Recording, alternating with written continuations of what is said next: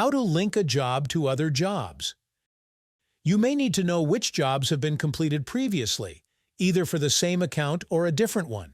In such cases, linking one job to another becomes essential. TaxDome allows you to do that easily. Let's take a look at an example.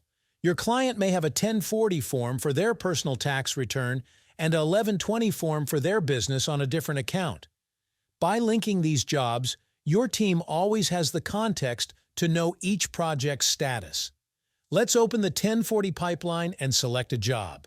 Open the job card, click the link button at the top right, and choose a job. A list of all active jobs will appear. You may filter the jobs list by clicking the filter button to make your selection easier. You can filter by account and view the jobs for a specific account only or by pipeline.